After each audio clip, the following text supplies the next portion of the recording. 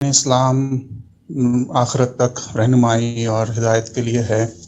میں دیکھتا ہوں کہ آج کل کے معاشرے پہ خاص کر مغربی ممالک میں وومن رائٹس اور جینڈر ایکویلٹی اور یہ ساری باتیں بہت زیادہ کہی جاتی ہیں. تو اس سینیریو میں یہ 4 شادیوں والا معاملہ بہت مشکل لگتا ہے کسی کو جسٹیفائی کرنا، کنونس کرنا. تو کہیں ایسا تو نہیں تھا گاندھی صاحب کہ یہ ہدایت صرف ایک خاص دور کے لیے تھی، یا اگر ابھی بھی ہے تو گورنمنٹ یا حکومت اس معاملے میں کچھ قانون سازی کر سکتی ہے؟ شکریہ سر. میرے بھائی، نہ یہ کوئی ہدایت تھی، نہ کوئی حکم تھا، نہ ہماری شریعت کا کوئی تقاضا ہے. ہمارے دین میں تو یہ بتایا گیا ہے کہ اللہ تعالیٰ نے جب ایک خاندان کی ابتدا کی تو ایک میاں بیوی سے کی. یعنی سیدنا آدم کے لیے کوئی 10 حوا نہیں بنائی، ایک ہی حوا بنائی، اور یہ تعلیم دی اس سے کہ ایک اچھا خاندان جس میں باہمی اعتماد ہو، جس میں بچوں کو محکم اور مستحکم ماحول میسر ہو، وہ ایک ہی میاں بیوی کے تعلق سے قائم ہوتا ہے.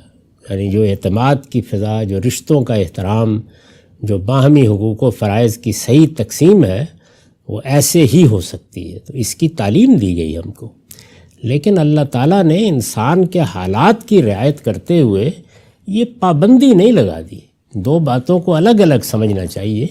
یہ پابندی نہیں لگا دی کہ ایک سے زیادہ شادی مرد نہیں کر سکتے. پابندی لگانا ایک اور چیز ہے، اور کسی چیز کی ترغیب دینا یا کسی چیز کو بنیاد بنا کے کوئی حکم دینا یہ بالکل اور چیز ہے. اللہ تعالیٰ نے کئی چیزوں پر پابندی نہیں لگائی. اب مثال کے طور پر دیکھیے نا کہ ہماری موجودہ سڑکیں اور ٹریفک وجود میں آنے سے پہلے کوئی دائیں بائیں چلنے پر پابندی تو نہیں تھی نا. جدھر آپ چاہے چلے جائیں. جی. آپ نے اپنی گڈ آگے بڑھا دی، دوسرے نے اپنا تانگا آگے بڑھا دیا. جی. تو کوئی فرق نہیں پڑتا تھا، دائیں سے گزر گئے، بائیں سے گزر گئے. لیکن حالات میں تبدیلی آئی تو پھر ہم نے ٹریفک کے قوانین بنا دیے. تو پابندی نہ لگانا یہ اصل بات ہے. یعنی اللہ تعالیٰ نے لوگوں کو ایک ہی میاں بیوی سے خاندان کی ابتدا کی تعلیم دی. یہی چیز فطرت کا تقاضا ہے، یہی اس کا حسن ہے، لیکن پابندی نہیں لگائی. تو چنانچہ لوگ اپنی ضرورتوں کے تحت مختلف معاشروں میں ایک سے زیادہ شادیاں کرتے رہے. یعنی نہیں بھی کرتے رہے، کرتے بھی رہے. خاص طور پر قبائلی معاشرے کی سب سے بڑی ضرورت یہ ہوتی تھی کہ آج کل کے زمانے کا اسٹیٹ نہیں تھا جس میں پولیس ہے اور جس میں فوج ہے اور منظم ادارے ہیں اور آپ کو ایک طرح کا تحفظ حاصل ہے. لوگوں کو اپنے گھر بار، اپنی عزت آبرو کی حفاظت خود کرنا پڑتی تھی. تو اس میں ان کی یہ خواہش ہوتی تھی کہ ان کے ہاں زیادہ سے زیادہ اولاد ہو.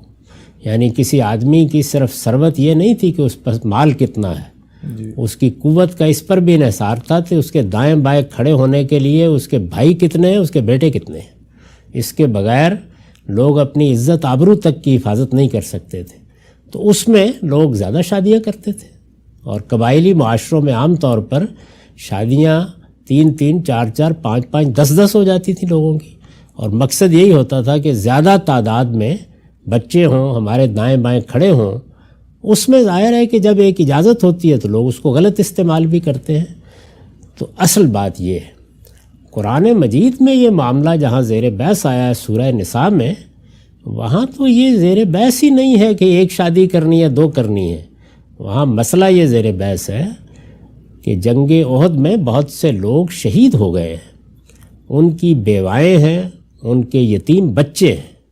تو قرآن مجید نے وہاں لوگوں سے کہا کہ اپنی ضرورتوں کے لیے تو شادیاں کرتے ہی ہو، اگر تم ان یتیم بچوں کے ساتھ، ان یتیم بچیوں کے ساتھ انصاف نہیں کر سکتے، یعنی ان کے معاملات دیکھنے ہیں نا، ان کی ضرورتیں پوری کرنی ہیں، تو ان کے ساتھ جو عورتیں ہیں، یعنی ان کی مائیں ہیں، ان کی بہنیں ہیں، ان میں سے شادی کر لو. اس میں یہ فرمایا کہ 2 2 4 4 سے شادی کر کے ان کی سرپرستی کرو، ان کے ساتھ اچھے معاملات کرو.